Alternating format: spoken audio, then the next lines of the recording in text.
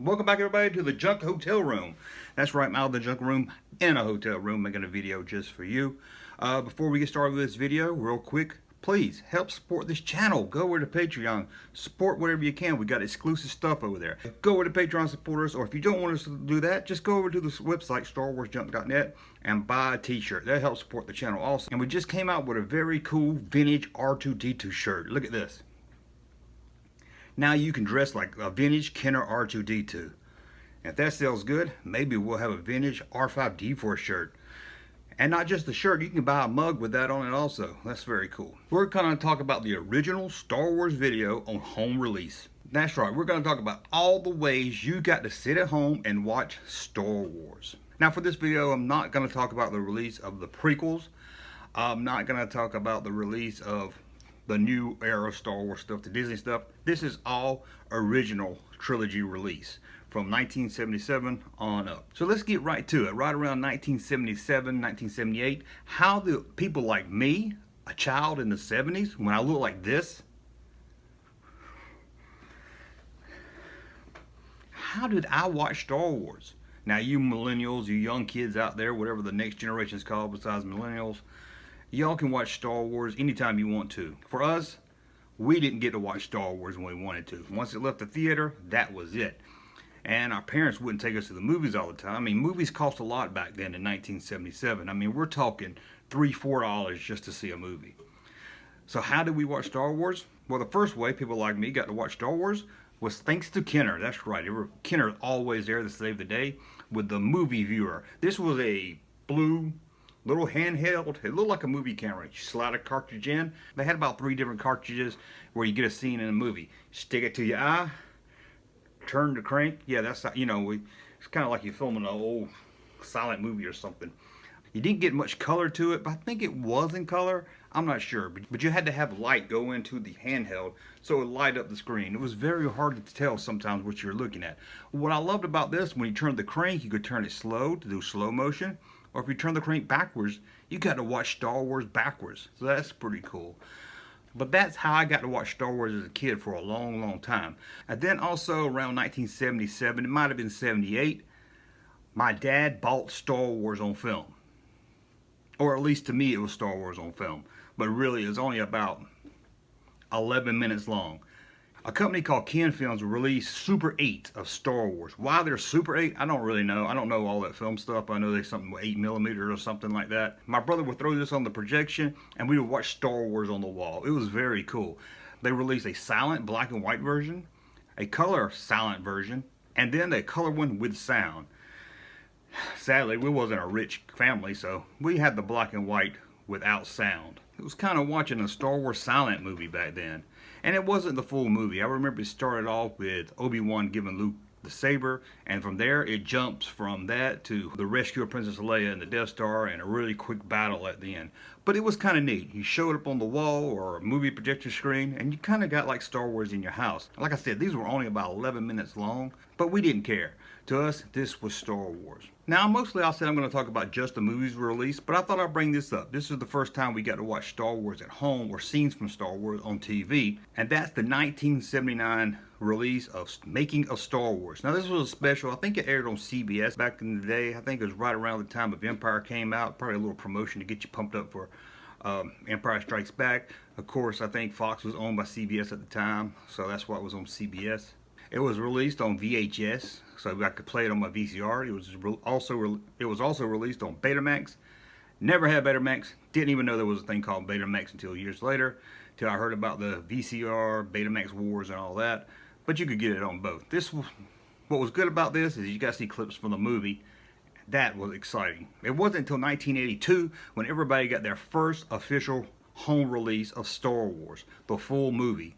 And yes, it was a little different. For one, at the beginning of this movie, it says Episode 4, New Hope.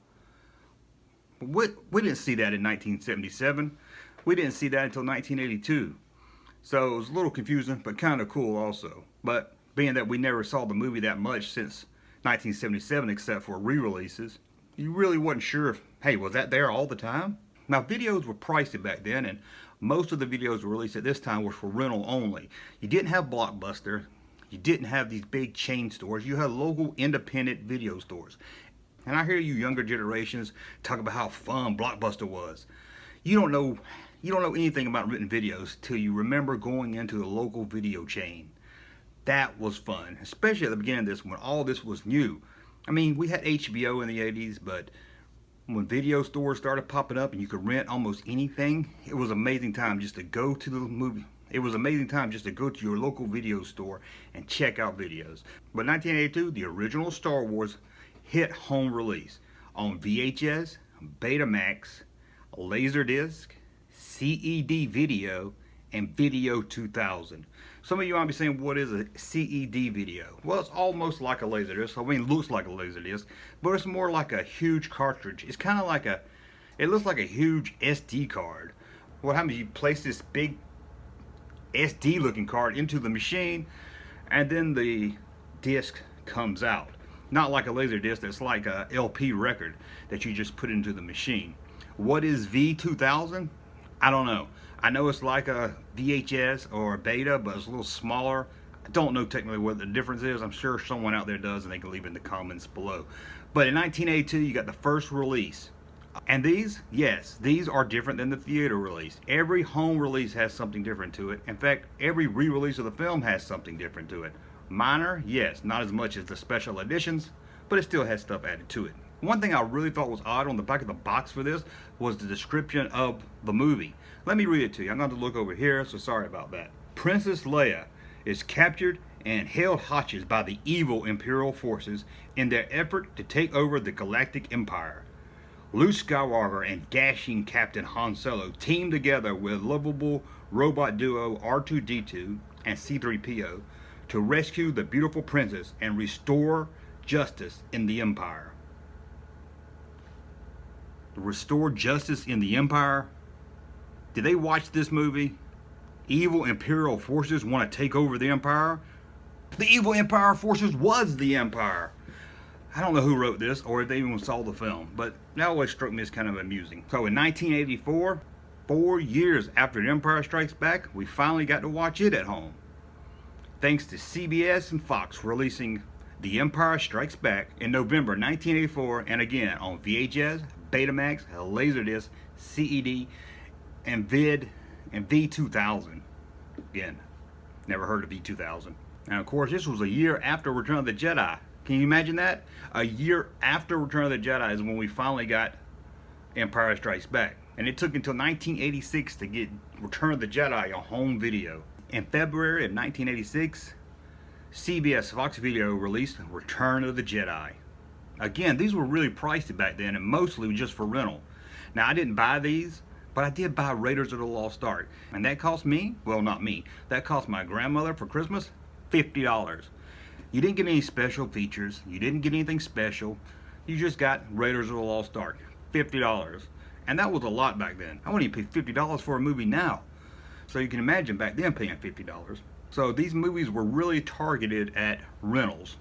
Now, if you got lucky, some of the local stores would sell used copies once they made their profit, but that was very rare, especially at this time with just local video stores. Now, I'm not going to talk much about foreign markets, but also in 1986, Japan released the original Star Wars trilogy on Laserdisc. This was the first time you got all three movies kind of like in a box set, and the first time ever these were available in widescreen.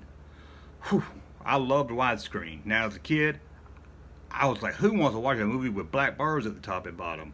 I don't know what took them so long to decide to make the TV rectangle instead of square, but I'm glad they finally did. But I would have loved these as a kid to see it in widescreen. But we'll talk about the first time I did see it in widescreen soon. In 1989, Star Wars A New Hope and Return of the Jedi was released on Super 8. I never had this. It would be kind of cool to see the whole movie projected on your wall on a screen or something on Super 8. That would have been very cool, but that was a technology most people didn't have. They might have had a small projector. Most people didn't have one that would play sound. But also that year, 1989, we got the first Laserdisc widescreen release of A New Hope and Empire Strikes Back. Now, again, I never had a Laserdisc player. Back then, if you watch movies, most people just rent them on video cassette. You really didn't see anywhere that rented out Laserdisc. The people that bought Laserdisc was really movie fans. People really into buying movies. And of course, I was a kid, so I didn't really get a choice in that. And they were expensive. So to me, VHS was the way to go in the 80s. But in 1992, I finally saw Star Wars in the widescreen format, and really, it's like watching Star Wars for the first time. You notice a lot of things you didn't notice in the pan and scan chop versions. A lot of stuff on the sides, aliens. I mean, this is a movie that you want to see the whole scope. You don't want to just see this much of the screen. You want to see all those alien creatures in the cantina and Jabba's palace and everything. It was great. This was a box set that came with all 3 movies and a making feature called From Star Wars to Return of the Jedi that was released sometime around 1982, 1983, again on TV before the release, to promote the release of Return of the Jedi. It also came with this book about George Lucas. I'm not going to tell you it's a fascinating book because I never got around to reading it, never cared. But it looked like it was pretty cool. In fact, I still have this box set and I did a whole video, I'll link in the description below, of me reviewing this box set. It was in a nice little box with a hologram sticker on the front. Really love this set. And then in 1993, we got the Laserdisc set, one of the best sets there are. Now, I never saw this, but from what people I know that had Laserdisc players back then, this was a great set to have. Not only did you get the films, you got a lot of extras, like all the trailers and TV spots, which was unheard of back then. Until DVD release, I didn't even think about having the trailers and the TV spots and stuff. But this collection on Laserdisc was an amazing set to have. In fact, it kind of wants me to go out and buy a Laserdisc player now just to own this. And then in 1995, we got another release on VHS and Laserdisc. And this was the last time the original cut of Star Wars were released on Laserdisc or VHS. This release is known as the face boxes because it shows half a face on the box. If you got it on Laserdisc, it came with a bonus feature of Leonard Maltin. Remember Leonard Maltin, the guy from E.T.? No, not the movie E.T., Entertainment at Night. You know, when it was a good show and not a gossip rag show. Anyway, Leonard Maltin interviews George Lucas. You can find those interviews on YouTube. And then 1997 came, the special editions. And we didn't have to wait long till after the release of the special editions. In August of that year, we got them on VHS and Laserdisc. And on VHS, you got a gold box with the widescreen format or a gold box with the pan and scan. Why did they release a pan and scan? I don't know. They should have forced fans to watch it in widescreen. And then, 2000, we got yet another release of the special edition. Now this release is just like the other release before it, except the package art is different. This one focuses more on the episode titles, I guess to tie it in with episode 1, so I guess the newer fans would know, hey, these are 4, 5, and 6, and I just saw one last year, the one with Jar Jar Binks. The odd thing about this is the New Hope box has Princess Leia in her Bespin outfit. And the Return of the Jedi one, I know you've seen the Return of the Jedi photo because I think it was used for a poster also. Shows Darth Vader and Luke from Empire Strikes Back scene fighting. The bun-hair Princess Leia is iconic with Star Wars, with A New Hope. Why would you not put that on the box? Why would you put Bespin Leia on the box? 2004, we finally got Star Wars on DVD. You got 4 discs, all 3 films on there each disc and a bonus disc. And this set was re-released again in 2005 without that bonus disc. And in 2006, we got the official release of the original cuts of Star Wars. I mean, original cut where it doesn't even say A New Hope on it. These were bonus features for the single releases of each film. Now, these were just master copies of the Laserdisc 1993 that wasn't enhanced or redone, but they're still good quality. If you got a DVD player, you can find these pretty cheap. And there, you have the original cut of Star Wars as bonus features. 2008, another re-release of the same DVDs, just new packaging. Probably the best of all, if you count in special edition as the best, 2011's Blu-ray Complete Saga Collection. There were 3 different sets. One of just 3 prequels, another set with just the original 3, or you could buy the box set that had all 6 movies, plus 3 extra discs with bonus features. This is a great set to have. If you have a Blu-ray player, this is the one you want to buy. Now, if you want an uncut original, of course you want to find Laserdisc, VHS, or that DVD with the extras on it. If you just want good Blu-ray copies of the film, this is the set you want to get, and a lot of great extras. Then, 2013, another Blu-ray set. This one came with a DVD or a Blu-ray within the set, and had exclusive new audio commentary from George Lucas, cast and the crew. Now, one thing about the commentary they always do with these films, it's not like George Lucas is sitting down and watching Star Wars. It sounds like it's just interviews with him, and they kind of take that interview and put it with the scene he's talking about at the time. I wish it was more than him just watching the film. Would be kind of neat. And the last to be released, 2015, the Steelbook release. That was when each film, all 6 at the time, was released in its own steel box. Or you could have got the set with Darth Vader on the front. These steel boxes look pretty cool. I'm not really sure what they picked to put a Stormtrooper on the Empire Strikes Back box, but it doesn't look that bad. This is one of them sets. It's better to buy the Blu-ray box set, but if you want something just to look cool, maybe put on your shelf, these are some good ones to do that. And these are the same as the 2011 release. Well, that's about all of the home video releases. Now, I was going to talk about the first time it came on TV. I remember the first time it was on network television, but I remember the most is probably 1982, is going to the mailbox, getting the HBO guide, and seeing on the back of it, I think it was the back of the January, showing it was coming for February, and it had Star Wars on it, and it blew my mind. I remember looking at that HBO guide all day, every day, waiting. And then, I think it was 1983, February, Star Wars came to HBO. This is the first time most people ever got to see Star Wars in their home. And it was a huge deal, believe me. HBO promoted the hell out of it. I even played sick so I could stay out of school, because they showed it that night, probably about 8, 9 o'clock, I think it premiered. The next day, they ran it all day long. So I played sick and stayed home from school. Sorry, Mom, I wasn't sick. My brother knew. He said, oh, that junk kid, he ain't sick. He just wants to stay home and watch Star Wars. Yeah, I was sick. I was sick of school. I had Star Wars fever, and the only prescription was watching Star Wars on HBO.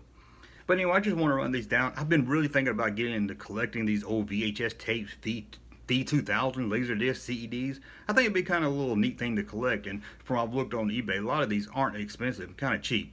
So I think it'd be kind of fun to start collecting these. Anyway, thank you for watching. Again, support me on Patreon. Links in the description below. Head over to StarWarsJunk.net, buy a new shirt. Thank you for watching. We'll be back Friday with the best news of the week. And then next week, we'll start all over again. Thank you for watching. Thank you, sir, for that unsolicited testimony.